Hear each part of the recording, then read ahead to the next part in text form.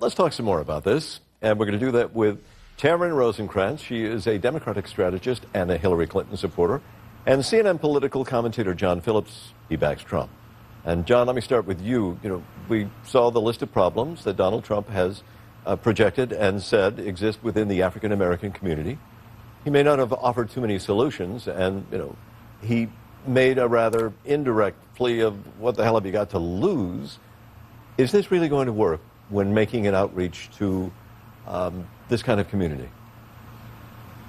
Look, I think he should be doing it because the fact of the matter is that America's big cities have been under one-party rule for decades now, and they're a complete and total disaster. Baltimore has seen race riots. Every single weekend you see people murdered in Chicago. Well, let me stop you there. Look, I get the argument. I think the point could be valid, but the slogan of just what the hell have you got to lose is not a step-by-step breakdown of how life could be better with me in the office.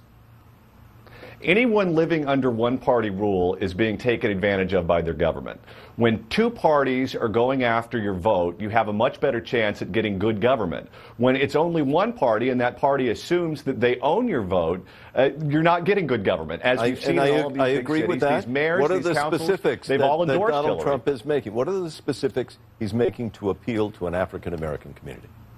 Well, let's start with charter schools. Right now, the big city school districts are an abysmal failure in most of the big cities in this country. Hillary Clinton is supported by the teachers' unions, and they don't want charter schools. They don't want vouchers. They don't want anything that would bring competition to these cities. And if your kid gets a horrible education and you start at that at the elementary level, then they're behind the eight ball for the rest of their lives. So I think that's something that's very important to a lot of these voters. Point taken. Thank you.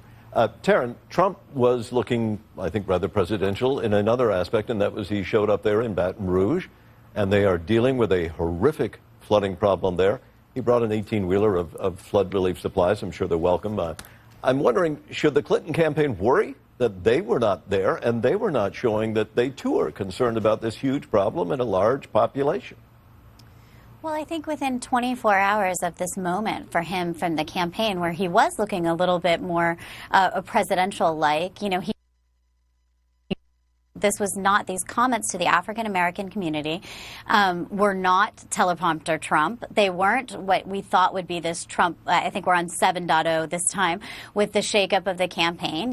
He could have sort of taken this moment to reboot the campaign, sort of rise to the occasion, and instead he's making these staggeringly ignorant comments to the African-American community. He's not talking about policies. I mean, it's great that John is sort of articulating for him his policies, but that's not something Trump's been talking about. That's not what he was talking about as his pitch to the African-American community. It was more of the same of him just sort of shouting out whatever he felt, and that all just really shows that he's just fundamentally unfit to be our commander-in-chief. John, there is some truth in the fact of what she has just said, that there are legitimate concerns about a campaign of Hillary Clinton, and yet every time they seem to come to the fore, Donald Trump steps on his own message. It's all pushed in the background, and we're all focused on what Donald Trump had to say. And the case in point is now what he's doing, reaching out into perhaps an electorate that is not really likely for him.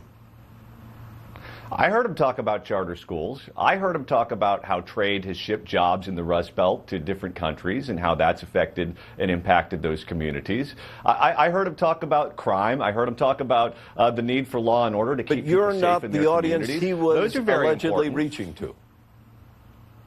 I'm sorry? You're not that audience he was reaching to. No, but I think that speaks to people in Michigan. That speaks to people in those big cities in the Rust Belt states. So that's, that's something that directly impacts their lives that's being neglected currently by their government and by the Democratic political machine. And Hillary Clinton is that machine candidate. Mm-hmm. All right. Taryn, Trump continues to call this election rigged. And there's a new Pew poll that says only 11% of Trump supporters think that their votes across this country will be accurately counted in the election. So, that's compared to 49% of Clinton supporters. That's a real problem, especially, depending on the outcome. But go ahead, give me your thoughts on that. Well, I think it's interesting. I mean, ever since everything that happened in the year 2000, I think voters' distrust of the system is high, you know, and we need to do more, I think, just across the board on both sides of the parties and both parties to kind of make sure that that is not what's coming across, that people do understand that there is a fair election system. I mean, that's part of the core of our democracy, right? So I do think there's work literally on both sides that we need to do to make sure that voters trust and know. I mean, we just see in some of these states, too, in some of the state legislatures over the past few years, some of these laws that they've been trying to pass that people feel are restricting votes. So, I mean, there's a lot happening on the ground that, you know, really chips away at voting rights. And so as a community, I hope that we all just kind of make sure that this is our main focus as we're going into these final days. All right, we're going to leave it there. Taryn Rosenkranz, John Phillips, thank you both for joining me. And we will be talking more about Donald Trump.